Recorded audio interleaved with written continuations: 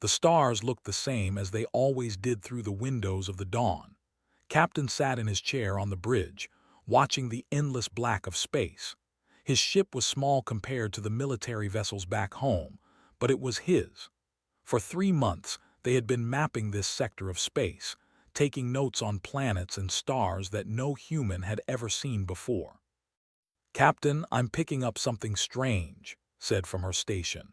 She was the communications officer, and her screens showed lines and patterns that most people couldn't understand, but could read them like a book. Stood up and walked over to her station. "What kind of strange?" "It's a signal, repeating. It's not random noise from a star or anything natural." Fingers moved across her console, pulling up more data.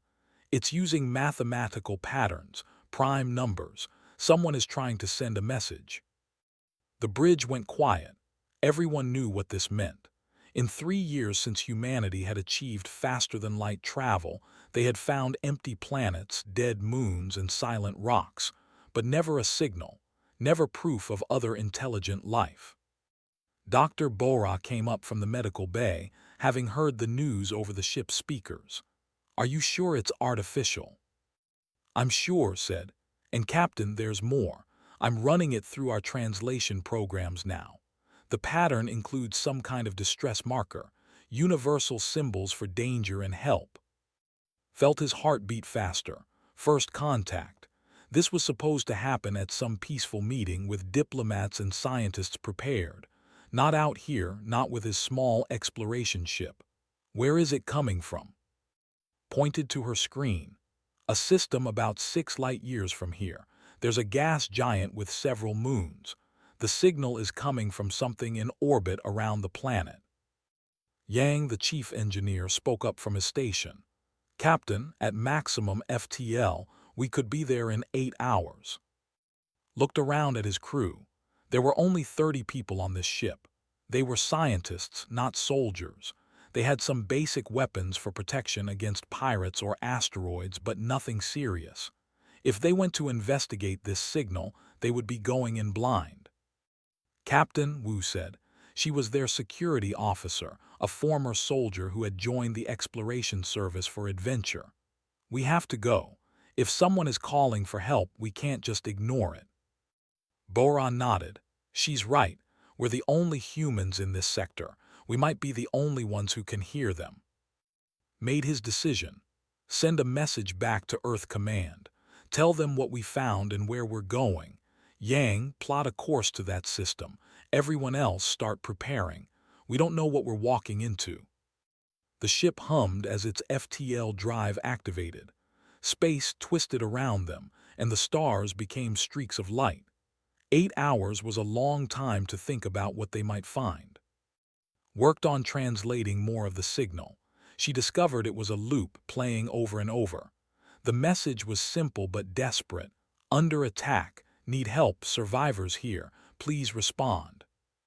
When they dropped out of FTL at the edge of the system, ordered all sensors active. What they saw made everyone's blood run cold. The gas giant was beautiful, with bands of orange and red clouds swirling across its surface. 3 moons orbited nearby, and between them was a space station. But the station was damaged, with parts of it torn open to space. Around it circled 3 ships, dark and angular, like predators waiting for prey to die. "Captain, I'm detecting life signs on the station," Bora said, her voice tight. "Faint ones. Whatever species they are, they're not doing well." "And those 3 ships?" asked. "Unknown design, but they're armed, heavily armed." Yang pulled up weapon scans. "Those are warships, Captain. Each one is twice our size." One of the unknown ships turned toward them.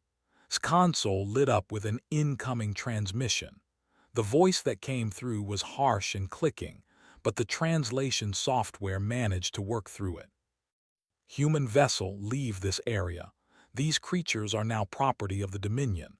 This is a salvage operation. You have no claim here." His jaw tightened. Property. They were talking about living beings as property. "This is Captain of the Earth ship Dawn. We received a distress call. We're here to help survivors, not to claim anything." There was a pause, then they responded with something that might have been laughter. Human, we have heard rumors of your kind, new to space, weak ships, primitive weapons. Leave now or we will add you to our salvage. Wu stood up from her station. Captain, permission to speak freely. Granted. Sir, we can't leave those people to die. Looked at his crew. Every face showed the same determination. They had come to explore, to learn, to discover, but they were still human, and humans did not abandon people in need. Can you reach the station? I think so, Captain. Tell them we're here to help. Tell them to hold on. Turned to his weapons officer. Charge all weapons. Yang, I need every bit of power you can give me. Wu, get your team ready. We might need to board that station. Captain, Yang said quietly, those ships are bigger than us. Better armed, the odds. I know the odds, said, but we're not leaving. He opened the channel to the ships again. This is our final position. We will not leave while there are survivors who need help. If you fire on us, we will defend ourselves. If you leave now, there won't be any trouble. The response was immediate. Then you will die, primitive. The three warships turned fully toward the dawn, their weapons powered up, glowing in the darkness of space. On the bridge, alarms started to sound. Sat back in his captain's chair and gripped the armrests. All hands battle stations. This is not a drill. His crew moved with quick efficiency. They had trained for this, though none of them thought it would really happen. As the ships approached, the small human vessel stood between them and the dying station. In 8 hours, they had gone from a simple exploration mission to standing against unknown aliens in a fight they couldn't win. But they were human. They had climbed from the gravity well of a harsh world. They had survived ice ages and plagues and wars. They had reached for the stars despite every obstacle. And they would not run. The first ship fired. The plasma bolt streaked through space, aimed directly at the dawn. Hands moved without thinking, years of training taking over. Hard right, full thrust. The ship twisted and dove. The crew felt the gravity pull at them, but they held on. The plasma bolt missed by 50 meters and dissolved into empty space. The ship seemed to pause, as if surprised. Return fire, ordered. The Dawns fired, sending solid metal slugs at incredible speed. The shots hit the ship's shields, making them flicker and spark. It wasn't much damage, but it got their attention. Yang was working fast at his station, sweat on his forehead. Captain, I'm reading their tactics. They're not expecting us to move like this. Their targeting systems are built for slower ships. Good, keep them confused. Pulled the ship into another hard turn. On any other species ship, the crew would be unconscious from the G-forces. But humans had evolved under Earth's heavy gravity. This was uncomfortable, but they could handle it. The three ships spread out, trying to surround them, could see their strategy. They thought this would be quick. His voice cut through the chaos. Captain, I got through to the station. Their leader's name is Lyra. She says they have 70 survivors, but life support is failing. They have maybe 3 hours. Tell her we're working on it, said, dodging another plasma bolt. Bora, what can you tell me about the... Dr. Bora was scanning the biological data from the station. They're silicon-based, not carbon like us. Fragile. The radiation from that gas giant is killing them slowly. They need special shielding that their station isn't providing anymore. Wu was already in her combat suit, checking weapons. Captain, we need to get on that station. We can't fight 3 warships forever, but if we can evacuate them. We'd need to get past those ships, said, and they're not going to let us dock easily. Yang suddenly smiled, that dangerous smile he got when he had a crazy idea. Captain, what if we make them chase us away from the station? Lead them on a race through the moon system. Once we're far enough, Wu's team can take a shuttle back to the station while we keep them busy. It was risky, it was dangerous, it might get them all killed. Loved it. Do it. Wu, take 6 people. Get those survivors and get back to the ship. We'll buy you as much time as we can." The next 30 minutes were the longest of everyone's lives. Pushed the Dawn through maneuvers that made the ships look clumsy. The humans dove close to moons, used gravity to slingshot around obstacles, and pushed their engines to the limit. They were getting frustrated. They fired more and more, but the small human ship was like trying to catch smoke. Every time they thought they had it, would do something impossible and slip away. Meanwhile, Wu's shuttle reached the station. When she and her team came through the airlock, they got their first look at the. They were beautiful, crystalline beings that reflected light like living diamonds, but they were also clearly dying. Their light was dim, and they moved slowly, weakly. Lyra came forward. She was taller than the humans, but so fragile-looking that Wu was afraid to shake her hand. When Lyra spoke, the translation device made her voice sound like wind chimes. "You came, you actually came. We thought no one would hear us. We thought we would die here." "We heard you," Wu said simply. "And we're getting you out, all of you. Can your people move?" "Most of us. Some are too weak. We'll need to carry them." Wu's team got to work. They had brought emergency suits designed for different species, something Earth scientists had prepared just in case. The suits had to be modified on the spot, but Yang had sent one of his best engineers with the team. Back in space, things were getting worse. One of the ships had gotten a lucky shot, clipping the Dawn's port side. The shields held, but alarms were ringing. "Hull breach on Deck 3, someone called out, "Sealing it now." "Yang, I need more power to the engines," said. "I'm giving you everything I can, Captain. If I push it harder, we'll melt the reactor core." "Then get ready to push it harder." Looked up from her station, eyes wide. "Captain, they are transmitting something. It's not to us. They're calling for backup." Cursed, they didn't have time for more ships to arrive. "Wu, how much longer?" "We have 60 survivors loaded, 10 more to go. 5 minutes, Captain." 5 minutes might as well be 5 years. They were closing in, and the Dawn's weapons were starting to overheat. They needed something to change the situation. Bora suddenly spoke up. "Captain, I have an idea. It's crazy, but it might work." "I like crazy today. What is it?" "The gas giant's radiation. It's deadly to thee and probably to the two. But humans can handle much more radiation than most species. What if we use the planet as a shield? Dive into the upper atmosphere where the radiation is strongest." The bridge went silent.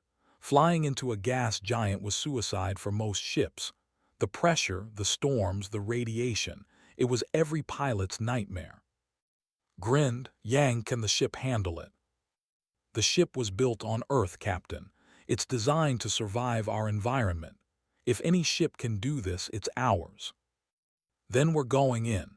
Everyone, seal your suits and get ready for heavy radiation. Take your pills." Every crew member had anti-radiation medication, something humans had developed after learning to use nuclear power. It wouldn't protect them completely, but it would help. They saw the Dawn turning toward the gas giant and hesitated. They knew what was down there. No sane crew would fly into that hell. But they weren't facing a sane crew. They were facing humans. The ship plunged into the upper atmosphere of the gas giant. The hull screamed as pressure built up. Radiation levels spiked. The ships pulled back, unwilling to follow.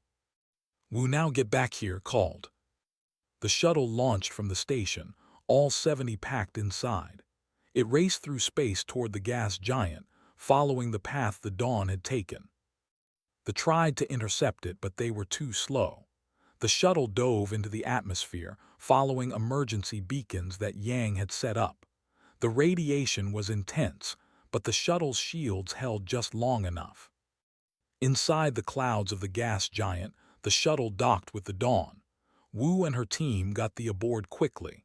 The crystalline beings were terrified, having never experienced anything like this. "All aboard, Captain," Wu called. "Hold on to something. Push the engines to maximum." The ship shot out of the atmosphere like a bullet, leaving a trail of fire behind it. They were waiting, but they had spread out, expecting the human ship to be slow and damaged. Instead, it came out at full speed, weapons firing. The surprise attack damaged one ship badly enough that it had to retreat. The other two ships regrouped, but something had changed. They had seen the humans do the impossible. They had watched this small ship survive things that should have destroyed it, and they had seen a crew that wouldn't quit, no matter the odds. The leader transmitted one more time. "This is not over, humans. The Dominion will remember this." Then they turned and jumped to FTL, leaving the system. The Bridge of the Dawn was silent for a long moment. Then someone started laughing, and soon everyone was laughing, the sound of people who had survived the impossible. Stood up and headed to the cargo bay where they were being cared for. It was time to meet the people they had just saved. Time for humanity's real first contact. And time to learn that they had just changed the galaxy forever. The cargo bay had been converted into an emergency medical center. Dr. Boram moved between the survivors, checking each one with her scanners. The crystalline beings sat quietly, their internal light slowly growing brighter now that they were safe. Lyra stood near the entrance, watching the humans work. When approached, she turned to face him. Up close, he could see patterns in her crystalline body, like facets in a diamond. "Captain," she said, her voice chiming softly, "I must know, why did you help us? You risked your lives, your ship, everything. We are strangers to you." Thought about how to answer. On our world we have a saying, we're all in this together. When someone needs help, you help them. It's that simple. Lyra made a sound like tinkling glass. It took a moment to realize she was crying. Most species in the galaxy don't think that way. The strong take from the weak. That's how it's always been. They attack us because they can. Others ignore us because helping isn't profitable. "Then most species are wrong," said simply. Over the next 3 days, as the Dawn traveled to the nearest world, the humans learned more about the galaxy they had entered. Lyra told them everything she knew. There was something called the Galactic Council, made up of over 200 species. They traded with each other, shared technology, and tried to keep peace. But they were all prey species, Lyra explained. They had evolved on gentle worlds without predators, without danger. They built civilizations based on cooperation because they had to. Endha asked during one of these conversations. "They are different, they're predators. They evolved hunting and fighting. They respect only strength. For 50 years they've been expanding their territory, taking what they want. The Council writes treaties and protests, but they ignore them. No one is strong enough to stop them." Yang frowned. "You said the Council has over 200 species. How can they not stand up to one aggressive species?" Lyra's light dimmed with sadness. "Because none of us are fighters. We don't think like warriors. Our ships are for travel and trade, not battle. When they attack, we try to negotiate or we run. We've forgotten how to be brave." Wu leaned forward, "Until now." When they reached the news of the rescue had already spread. The entire planet knew that aliens called humans had saved 70 from the ships, waited in orbit to greet them, and the planetary leaders wanted to meet immediately. But more importantly, the story had spread beyond through the Council's communication networks. Every species in the galaxy was learning about humanity's first official act in galactic society. They had fought and won. 2 months later, a delegation arrived at Earth. Ambassador led them, representing one of the oldest species in the Council. He looked almost like a tall, thin human, but his skin was pale blue and his eyes were completely black. The meeting was held in Seoul at the United Earth Government headquarters. Was there, along with Earth's top leaders. Ambassador Min spoke for humanity. "Ambassador, welcome to Earth," she said formally. Bowed, a gesture his people used for respect. "Ambassador Min, we come with gratitude and wonder. Your species has done something we thought impossible. You stood against and protected the innocent." "We did what anyone should do," Min replied. made a gesture that the translators interpreted as surprise. "That is where you're wrong, Ambassador. Most species would not have done what Captain did. They would have left or tried to negotiate or simply watched from a safe distance." The delegation had brought scientists and doctors with them. They wanted to study Earth, to understand how humanity had become what they were. What they learned shocked them. Dr. Earth's lead gave them a tour. They visited oceans with crushing depths, mountains that reached into thin air, and deserts where nothing should survive. They experienced Earth's weather, storms that could tear apart buildings, temperatures that ranged from freezing to boiling. "This is a death world," one of the alien scientists whispered, looking at a video of a hurricane. "How does anything live here?" "Everything here is tough," explained. "Plants, animals, even our smallest bacteria, they all had to survive or die. Earth doesn't give easy lives." They studied human biology next. The aliens were amazed by what they found. Humans had internal skeletons that could take massive impacts. They could heal from wounds that would kill most species. Their blood carried oxygen using iron, making them efficient even in low-oxygen environments. Their immune systems could fight off diseases that would devastate other species. "You're built like warships," one scientist said. "Your bodies are designed to survive damage and keep functioning." But what really shocked them was human psychology. Bora, who had joined the first contact team, explained it as best she could. "We evolved as persistence hunters," she said. "Our ancestors would chase prey for hours, sometimes days, until the animal collapsed from exhaustion. We learned to never give up. It's in our nature to keep going, even when things seem hopeless." The aliens looked at each other with what might have been fear. One of them finally spoke.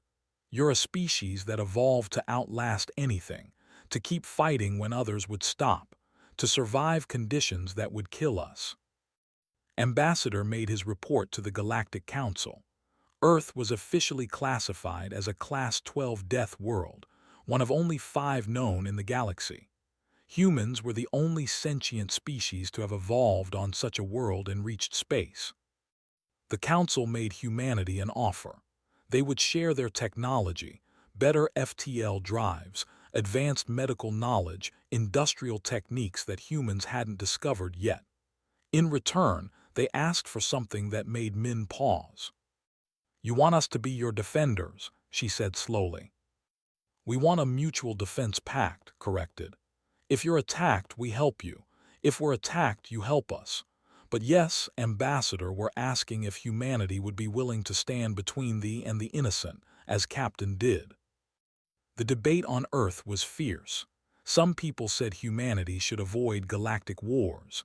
They had just reached the stars, why get involved in other people's problems? Others argued that the galaxy had welcomed them, offered them knowledge and friendship. Shouldn't they help protect that? Was called to testify before the United Earth government. Millions watched as he stood before the assembly. "I'm not a politician," he began. "I'm just a ship captain, but I can tell you what I saw out there. I saw people dying, calling for help, and no one coming. I saw a species that had given up on the idea that anyone would help them. And I saw my crew, humans who could have run, who could have saved themselves, choose to stay and fight." He paused, looking around the chamber. The galaxy is afraid of them because no one has ever really stood up to them. They're bullies on a galactic scale, but we've dealt with bullies before. We know how to stand up to them. The question isn't whether we can help, it's whether we will. The vote was close, but in the end, humanity accepted. They would join the Galactic Council. They would share the stars with hundreds of other species, and they would stand ready to defend the weak against the strong.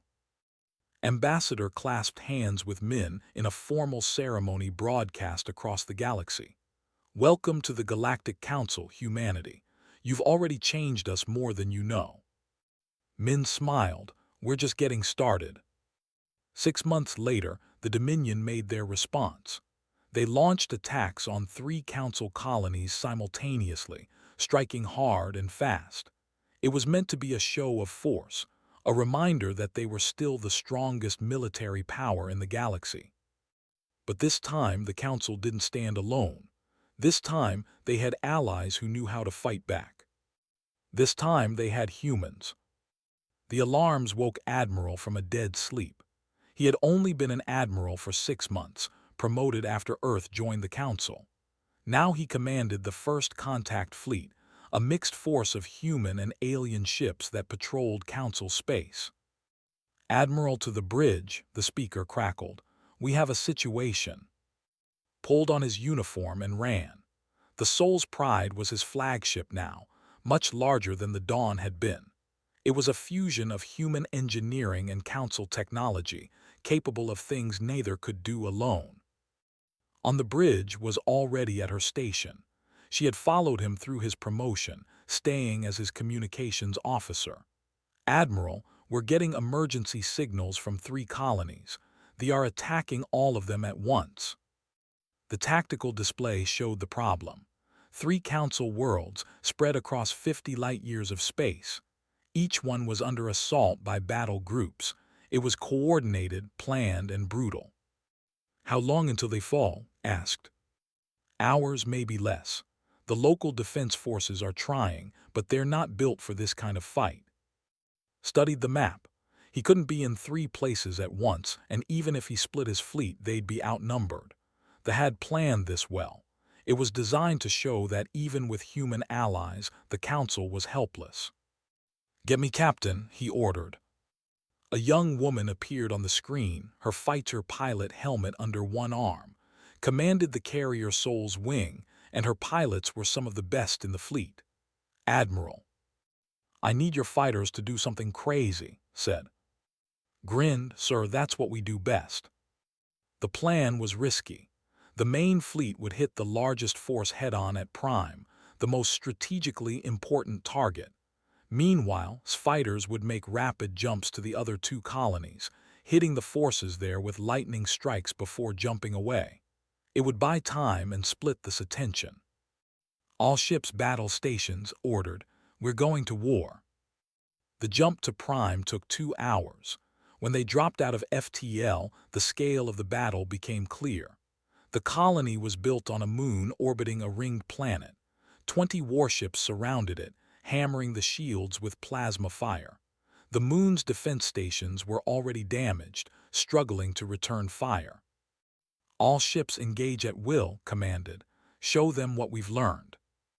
The First Contact Fleet was smaller than the Force, only 15 ships. But those ships had been designed by combining human durability with Council technology.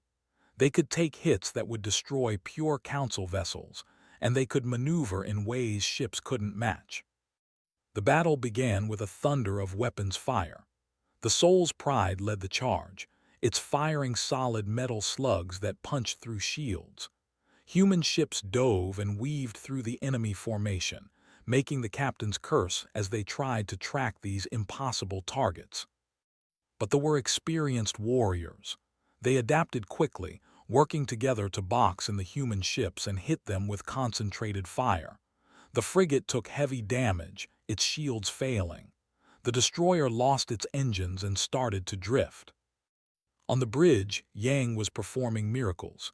His hands flew across his console, rerouting power faster than should be possible. "Admiral, they are focusing their fire. They're trying to take us out 1 ship at a time." "Then we don't give them single targets. Order all ships to pair up. Watch each other's backs." The Soul's Pride paired with a technical ship called the Crystal Song. They had learned from humans, building their ships stronger, adding human-designed weapons. When a battleship tried to catch the Soul's Pride in a crossfire, the Crystal Song was there, its shields overlapping with the human ship. Meanwhile, at the other 2 colonies, fighters were causing chaos. They would jump in, launch their missiles at the ships, and jump away before the enemy could respond. It wasn't enough to win those battles, but it was enough to make the commanders nervous. They had to keep ships back to defend against these hit-and-run attacks, which meant fewer ships attacking the colonies. Back at Prime, the battle was brutal. Sergeant Minho led a boarding team onto a damaged ship. This was where humans truly terrified other species. While most council species avoided close combat, humans had perfected it over thousands of years of warfare. Minho and his team fought through the ship in their heavy combat armor. They were bigger and stronger than humans individually, but they had never faced soldiers who trained in hand-to-hand combat from childhood. Minho used the ship's corridors like a maze, setting ambushes and forcing them to fight on human terms. "They're everywhere," a warrior screamed over their communication channel. "How are they moving so fast?" They had armor and weapons designed for their biology. What they didn't have was thousands of years of martial arts traditions. Minho's team used everything: judo throws in zero gravity, knife work in tight spaces, even improvised weapons made from ship parts. Within an hour, they had captured the ship's engine room and locked it down. On the Soul's Pride, Dr. Bora worked in the medical bay. Casualties were coming in from all the ship's humans and others. She moved between them all, her team working to save every life they could. A young pilot was brought in with severe injuries. On his home world, he would be considered dead already. But Bora had learned human emergency medicine, the kind that saved soldiers on battlefields. She worked on him for 3 hours, refusing to give up. When he finally stabilized, her team was exhausted but smiling. "We don't leave anyone behind," she told them. "That's the human way." The turning point of the battle came when Admiral made a decision that shocked everyone. The Soul's Pride was heavily damaged, shields almost gone, and 3 ships were closing in for the kill. "Admiral, we need to retreat," his tactical officer said. "We can't take another hit like that." "We're not retreating," said Yang. "Can you give me one more miracle?" "What do you need, sir?" "I need to ram that battleship." The bridge went silent. Ramming was a last resort, something you did when you had no other choice, but wasn't desperate. He was calculating. The Soul's Pride was built with a human-designed hull, layers of composite armor that could survive micrometeorite impacts at relativistic speeds, and the battleship's shields were facing the wrong direction. "All hands brace for impact," ordered. "Emergency crews to stations, this is going to hurt." The Soul's Pride accelerated, pushing its engines beyond safe limits. The battleship tried to turn, but it was too slow. The human ship hit it at the engineering section, the reinforced bow punching through hull plating like paper. Inside the Soul's Pride, the crew was thrown against their harnesses. Lights flickered, alarms screamed, and somewhere deep in the ship, something exploded. But the ship held together. It had been built by people who understood that sometimes you had to survive the impossible. The battleship wasn't so lucky. The impact broke its spine, causing a chain reaction in its power core. The ship broke apart, becoming debris. The other ships hesitated. They had just watched a smaller ship deliberately crash into their largest vessel and survive. It was something they couldn't understand. Why would a crew risk everything like that? Because they were human. Because they had learned on a death world that sometimes you had to take the hit to protect others. Because they had a saying, "We're all in this together." Chose that moment to arrive with her full fighter wing. They had finished their hit-and-run attacks on the other colonies and jumped to prime. 200 human fighters screaming through space, pulling turns that would black out pilots from any other species. The commander made a choice. He transmitted a single word: withdraw. The fleet jumped to FTL, leaving the system. For the first time in 50 years, the Dominion had retreated from a battle they had started. On the bridge of the Soul's Pride, the crew was silent. Then someone started cheering, and soon everyone was shouting and hugging each other. They had won. Outnumbered, and they had won. Admiral sat in his captain's chair, looking at the damaged ships around him. They had lost people today. Good people who would never go home. But they had saved 3 colonies and thousands of lives. "Send a message to all ships," he said quietly. "Tell them well done. Tell them we're proud of them. Tell them this is just the beginning." 2 days later, the Dominion did something they had never done before. They sent a diplomatic message to the Galactic Council. They wanted to talk about peace. The peace talks were held on a neutral station between Council and space. Admiral stood in the observation deck, watching ships from dozens of species arrive. 2 years had passed since the Battle of Prime. 2 years that had changed everything. Ambassador Min walked up beside him. She looked tired but satisfied. Strange, isn't it? We came to the stars looking for friends, and instead we had to teach the galaxy how to stand up to bullies. Did we teach them, asked, or did we just do it for them? Come see for yourself. She led him to a viewport showing the Council fleet. But it wasn't the same fleet from 2 years ago. The ships looked different now, more angular, more aggressive. They had human-designed armor plating and reinforced hulls. Their weapons were upgraded with Earth technology. The military academy is teaching human tactical doctrine, Min said. They have started a program they call endurance training based on human military boot camps. Even the most peaceful species are learning that sometimes you have to fight for what matters. Saw a ship with markings perform a hard turn that would have been impossible for them 2 years ago. They had learned. The whole galaxy had learned. The peace treaty was signed in a ceremony broadcast to every world in the galaxy. They agreed to fixed borders and trade regulations. They agreed to stop their expansion and raiding.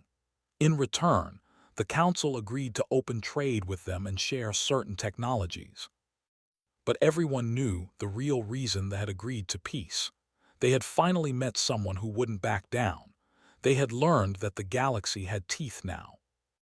After the ceremony, the commander who had retreated from Prime approached. His name was translated as, and he was massive, with 4 arms and armor-plated skin. Admiral said, his voice deep and rumbling, "My people wish to know something. Why did you ram your ship into ours? You could have retreated. You could have saved your crew." Thought about how to explain it. Because the people on that colony needed us to win. Because my crew trusted me to make the hard choices.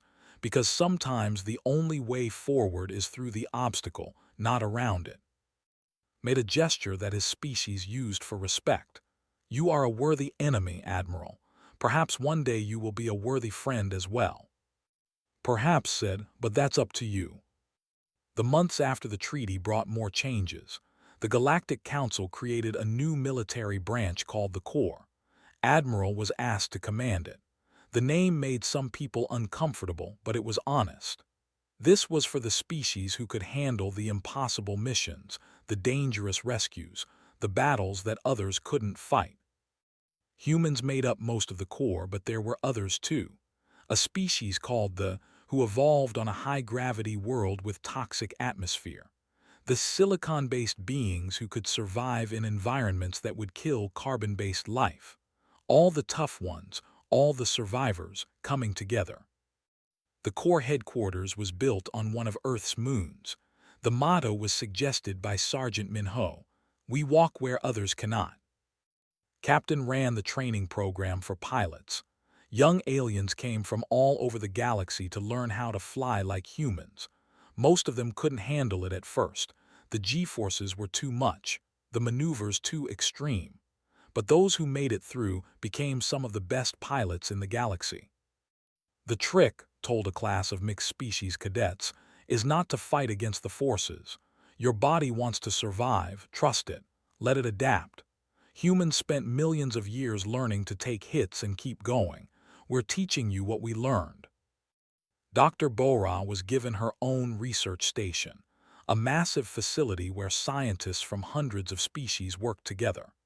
They combined human medical knowledge with alien technology, creating treatments that neither could have developed alone.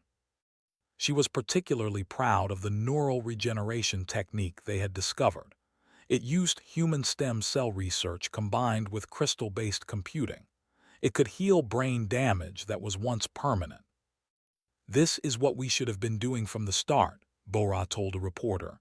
"Not fighting but sharing, learning from each other, making everyone stronger."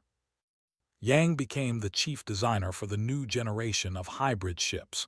They were being built in orbit around Earth, Venus, and 3 council worlds. Each ship incorporated the best of human and alien engineering. The humans taught us to make things that can survive, an engineer explained to a documentary crew. They showed us that redundancy isn't wasteful, it's necessary. That overbuilding isn't paranoid, it's smart. On Earth, everything has to be tough or it dies. Now we build ships the same way. Wu was training the first generation of non-human ground forces. Teaching them human combat techniques was hard. Different species had different bodies, different instincts, but she found ways to adapt. Every species has something they're good at, she told her trainees. They are stronger than us. They can survive in places we can't. Even they have advantages, they can communicate silently through light pulses. The trick is learning to use your strengths and cover your weaknesses. That's what teamwork means. Had become the Council's chief linguist and cultural advisor. She worked with species from all over the galaxy, helping them understand each other. It turned out that communication was harder than anyone thought. Not just language, but culture, instinct, ways of thinking. Humans see problems as things to be solved, she explained in a lecture. But they see problems as patterns to be understood. They see them as relationships to be balanced. None of these are wrong. They're just different. Understanding that is the first step to real cooperation. The station where it all began, the mining station where they had attacked, was rebuilt. But instead of a simple mining operation, it became a monument. Lyra, the station leader who had sent the distress call, oversaw the project. The new station was beautiful, made of crystal that caught and reflected the light from the nearby gas giant.